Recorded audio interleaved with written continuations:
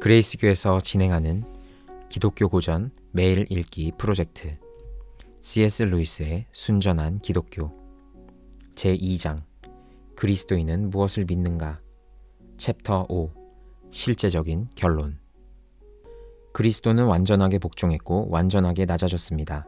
그는 하나님이었기 때문에 이 일을 완전하게 할 수 있었고 인간이었기 때문에 복종하며 낮아질 수 있었습니다. 그리스도인들은 어떤 식으로든 그의 낮아짐과 고난을 나눌 때 죽음을 정복한 그의 승리 또한 나눌 수 있었으며 죽은 후에 새 생명을 찾아 그 안에서 완전한 피조물이 된다는 것, 완전히 행복한 피조물이 된다는 것을 믿습니다. 이것은 단순히 그의 가르침을 따르려고 노력하는 것 이상을 의미합니다. 사람들은 종종 다음 단계의 진화, 즉 인간보다 더 나은 단계의 진화가 일어날 것인지를 궁금해합니다. 기독교적 관점에서 보면 다음 단계의 진화는 이미 일어났습니다. 그리스도 안에서 새로운 종류의 인간이 나타난 것입니다. 그에게서 비롯된 이 새로운 종류의 생명은 오늘 우리 안에도 들어올 수 있습니다.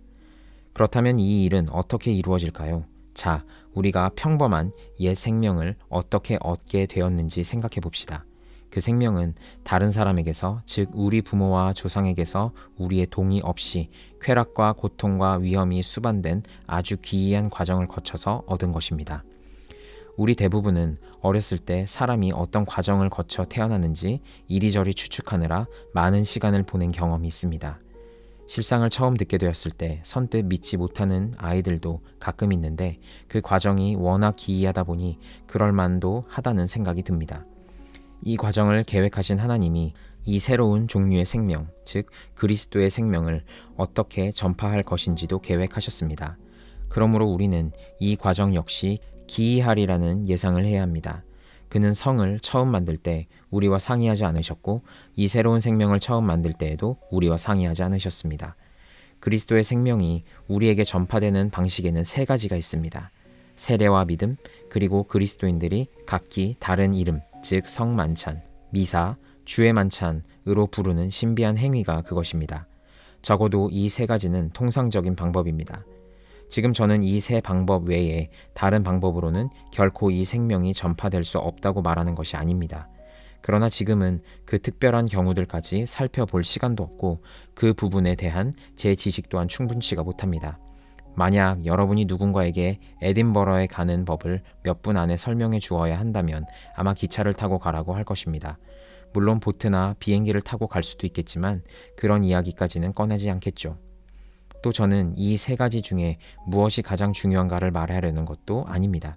저의 감리교도 친구들은 제가 믿음을 좀 더 강조하고 다른 두 가지는 덜 강조하기를 상대적으로 바랄 것입니다. 그러나 저는 그렇게 하지 않을 작정입니다. 사실 기독교 교리를 가르치는 사람이라면 누구나 이 세 가지를 다 말할 것이며 현재 저의 목적에는 이것들만 이야기하는 것으로도 충분합니다. 저로서는 왜 이 세 가지 방식이 새로운 생명의 통로가 되어야 하는지 알 길이 없습니다. 그러나 특정한 육체적 쾌락과 새로운 인간이 세상에 태어나는 일 사이의 연관성 역시 누군가 우연히 알게 되었기 때문에 저도 알게 된 것이지 그렇지 않았다면 지금까지도 몰랐을 것입니다. 우리는 실제를 있는 모습 그대로 받아들여야 합니다. 실제는 마땅히 이러해야 한다느니 우리가 실제에 기대하는 바는 저러하다느니 하면서 떠들어봐야 아무 소용이 없습니다. 저는 이 세 가지가 새 생명의 통로가 되어야 한다는 이유는 모르겠지만 제가 그렇게 믿는 이유는 말할 수 있습니다. 제가 예수가 하나님이었다고 그리고 지금도 하나님이라고 믿는 이유는 이미 설명한 바 있습니다. 그가 자기를 따르는 자들에게 새 생명이 이와 같은 방식으로 전달된다고 가르친 것은 역사적 사실이니만큼 명백한 일이라고 할 수 있습니다. 다시 말해서 저는 그렇게 말한 예수의 권위에 입각하여 이것을 믿습니다. 권위라는 말에 질겁할 필요는 없습니다.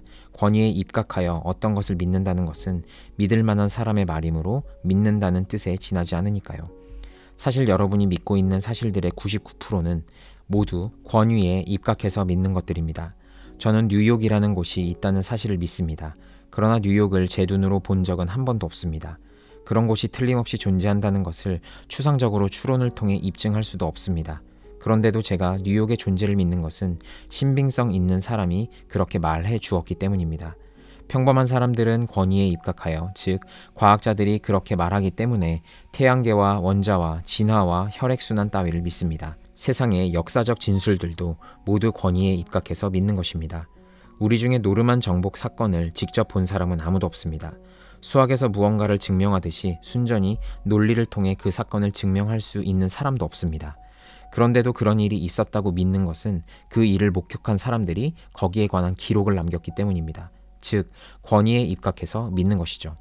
종교의 권위를 선뜻 받아들이지 못하듯이 다른 영역에서도 권위를 받아들이지 못하는 사람은 한평생 아무것도 모르는 채 살아야 할 것입니다. 그렇다고 해서 세례와 믿음과 성만찬만 있으면 그리스도를 본받으려는 노력 같은 건 하지 않아도 된다는 말로 듣지는 마십시오. 여러분의 자연적인 생명은 부모에게서 온 것이지만 그렇다고 아무 노력 없이 유지되는 것은 아닙니다. 여러분이 그 생명을 소홀히 다루다가 영영 잃어버릴 수도 있고 자살함으로써 의도적으로 없애버릴 수도 있습니다. 생명을 유지하려면 영양을 공급해 주어야 하며 잘 돌보아야 합니다. 그러나 그것은 생명을 만드는 일이 아니라 다른 사람에게 얻은 생명을 지키는 일에 불과하다는 사실을 기억해야 합니다. 이와 마찬가지로 그리스도인은 자신에게 주어진 그리스도의 생명을 잃어버릴 수 있으며 따라서 그것을 지키기 위해 노력해야 합니다. 세상에서 가장 훌륭한 그리스도인이라도 자기의 동력으로 움직일 수 없습니다. 오직 자신의 노력으로는 결코 얻을 수 없었을 생명을 보살피고 보호할 수 있을 뿐입니다. 바로 여기에서 실제적인 결론이 나옵니다. 여러분의 몸에 자연적인 생명이 있는 한 그 생명은 몸을 회복시키기 위해 많은 일을 할 것입니다. 살아있는 몸은 죽은 몸과 달리 상처를 입었을 때 어느 정도까지 자신을 치유할 수 있습니다. 몸이 살아있다는 것은 절대 상처를 입지 않는다는 뜻이 아니라 어느 한도까지는 스스로 회복할 수 있다는 뜻입니다. 마찬가지로 그리스도인이란 절대 잘못을 저지르지 않는 사람이라는 뜻이 아니라 넘어질 때마다 회개하고 다시 일어나 몇 번이고 새롭게 시작할 수 있는 사람, 즉 그 안에 있는 그리스도의 생명이 매번 그를 회복시키며 그리스도처럼 일종의 자발적인 죽음을 어느 정도까지는 반복할 수 있게 해주므로 라는 뜻입니다. 이것이야말로 그리스도인이 선하게 살려고 노력하는 여타의 사람들과 구별되는 이유입니다. 그리스도인이 아니면서 선하게 살려는 사람들은 그렇게 삶으로써 만약 하나님이라는 존재가 있다면 그를 만족시키기를 바라며 아니면 적어도 하나님이 없다고 생각할 경우에도 선한 사람들에게 인정받기를 바랍니다. 그러나 그리스도인은 자신의 선한 행동은 모두 자기 안에 있는 그리스도의 생명에서 나온다고 생각하죠. 그리스도인은 우리가 선하기 때문에 하나님이 우리를 사랑하시는 것이 아니라 하나님이 먼저 우리를 사랑하셨기 때문에 우리를 선하게 만드신다고 생각합니다. 창 자체가 밝아서 햇빛을 끌어당기는 것이 아니라 햇빛이 먼저 창을 비추었기 때문에 밝아지는 것처럼 말입니다. 또한 그리스도인들이 내 안에 그리스도의 생명이 있다고 말하는 것은 단순히 정신적이거나 도덕적인 의미에서 하는 말이 아니라는 점을 분명히 해야겠습니다.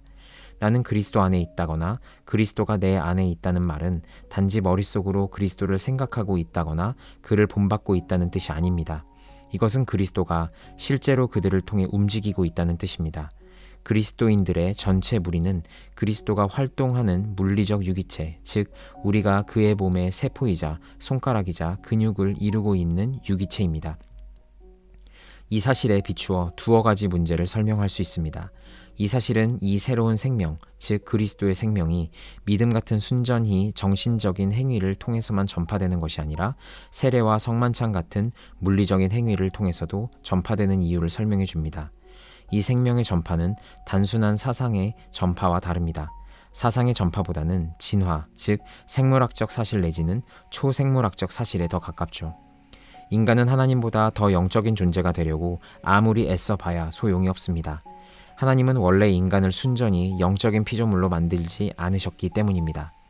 이것이 그가 떡이나 포도주 같은 물질을 사용해서 우리에게 새 생명을 주시는 이유입니다.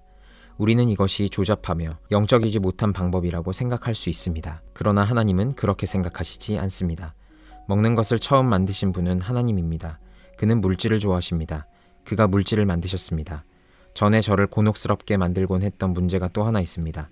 그리스도에 대해 들어볼 기회를 얻었고 그래서 그를 믿을 수 있게 된 사람들만 이 새 생명을 얻는다는 것은 엄청나게 불공평한 일 같지 않습니까? 분명한 사실은 그리스도에 대해 들을 기회가 없었던 이들을 어떻게 할 것인지에 대해 하나님이 우리에게 말씀하신 바가 없다는 것입니다. 우리는 오직 그리스도를 통해서만 구원받을 수 있다는 사실을 압니다. 그러나 그를 아는 사람들만 그를 통해 구원받을 수 있는가에 대해서는 잘 모릅니다. 한편으로 생각해보면 그리스도 밖에 있는 자들의 운명을 걱정하는 사람이 자기는 여전히 그리스도 밖에 머물려고 하는 것이야말로 불합리하기 짝이 없는 일입니다. 그리스도인들은 그리스도의 몸이며 그리스도는 이 유기체를 통해 일하십니다. 이 몸의 구성원이 하나씩 더 생길 때마다 그는 더 많은 일을 하실 수 있습니다. 만약 여러분이 그리스도 밖에 있는 자들을 돕고 싶다면 무엇보다 여러분 자신이 한 세포가 됨으로써 그들을 도울 수 있는 유일한 존재인 그리스도의 몸을 불려나가야 합니다. 다른 사람의 손가락을 잘라내놓고 더 많은 일을 하라고 재촉할 수는 없는 노릇이죠. 다른 반론도 있을 수 있습니다. 하나님은 왜 적군이 점령한 이 세상에 변장을 하고 들어와 일종의 비밀 결사대를 통해 마귀의 세력을 전복하시려 합니까? 왜 대군을 이끌고 침공하시지 않습니까? 그만큼 강해지 못해서입니까? 그리스도인들은 때가 되면 하나님이 대군을 이끌고 오시리라고 생각하고 있습니다. 그 때가 언제인지는 모릅니다. 그러나 그가 지체하시는 이유는 짐작할 수 있습니다. 그는 자진해서 그의 편에 가담할 수 있는 기회를 주고 계신 것입니다. 여러분이나 저라면 연합군이 독일로 진군에 들어가고 나서야 우리 편이라고 나서는 프랑스인을 과연 높이 평가해 주겠습니까? 하나님은 세상을 침공하실 것입니다. 그러나 하나님이 드러내놓고 직접 세상에 간섭해야 한다고 말하는 사람들을 보면 정말 그 뜻을 알고 그런 말을 하는 것인지 궁금해집니다. 그런 일이 일어나는 날은 바로 세상이 끝나는 날입니다. 극 작가가 무대 위로 걸어 나오면 연극은 끝난 것입니다. 하나님은 틀림없이 세상을 침공하실 것입니다.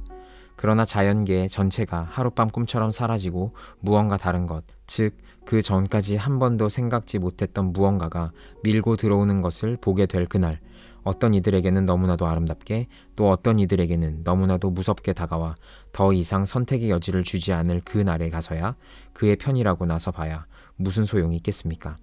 그때 하나님은 변장하지 않은 모습으로 나타나실 것입니다. 그 모습은 너무나도 압도적이어서 피조물들은 저마다 거역할 수 없는 사랑에 뒤덮이든지 거역할 수 없는 공포에 뒤덮일 것입니다. 그때에야 어느 편에 설 것인지 선택하려 들면 이미 늦습니다. 일어서는 것이 불가능해진 상황에서 엎드리겠다고 말하는 것은 쓸데없는 짓입니다. 그때는 선택의 때가 아닙니다. 그때는 우리가 참으로 어느 편을 선택했는지 드러나는 때이고 우리가 그 사실을 전에도 알았는지 몰랐는지 깨닫게 되는 때입니다. 지금 오늘 이 순간이야말로 옳은 편을 선택할 수 있는 기회의 때입니다. 하나님은 바로 이 기회를 주려고 잠시 지체하고 계십니다. 그러나 영원히 지체하시지는 않을 것입니다. 우리는 지금 이 기회를 잡든지 버리든지 둘 중에 하나를 택해야 합니다.